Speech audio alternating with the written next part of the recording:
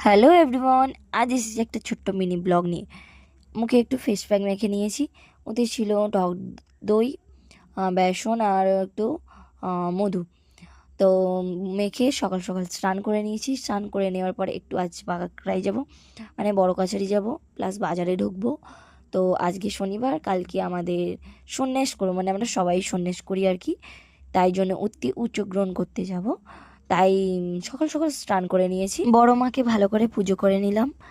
পুজো বাড়িতে পুজো করে তারপরেই মন্দিরে পুজো করতে যেতে হয়, আমি যতটা জানি। তো আমি ঘরে ভালো করে পুজো করে নেওয়ার পরে একটু ছাতু খেয়ে নিলাম।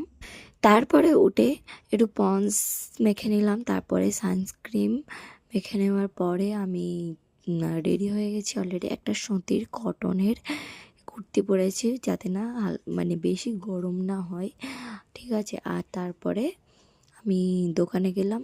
ব্যাগটা দেখো কত সুন্দর লাগছে। অটোয় উঠে পড়েছি, মায়ের সাথে অটোয় করে যাচ্ছি, এটা আমাদের রাস্তায় আর কি। দেখো মেঘটা কত সুন্দর লাগছে, তাই ক্লিপটা নিলাম। তারপরে বাগড়া থেকে হেঁটে আমাদের আর একটা টোটো ধরতে হয়। তো ওখানে আমার ক্লিপটা নেওয়া হয়নি। বড়গাছিতে প্রচণ্ড ভিড়, সন্ন্যাসীদের দেখতেই পাচ্ছ, অনেকে দণ্ডি কাটছে।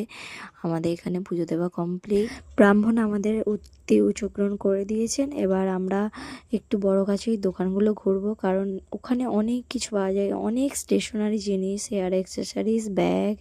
তোমরা কারা কারা এই মন্দিরে এসেছো আর কারা কারা সন্ন্যাস করো আমাকে অবশ্যই কমেন্টে জানাবে। Bye bye.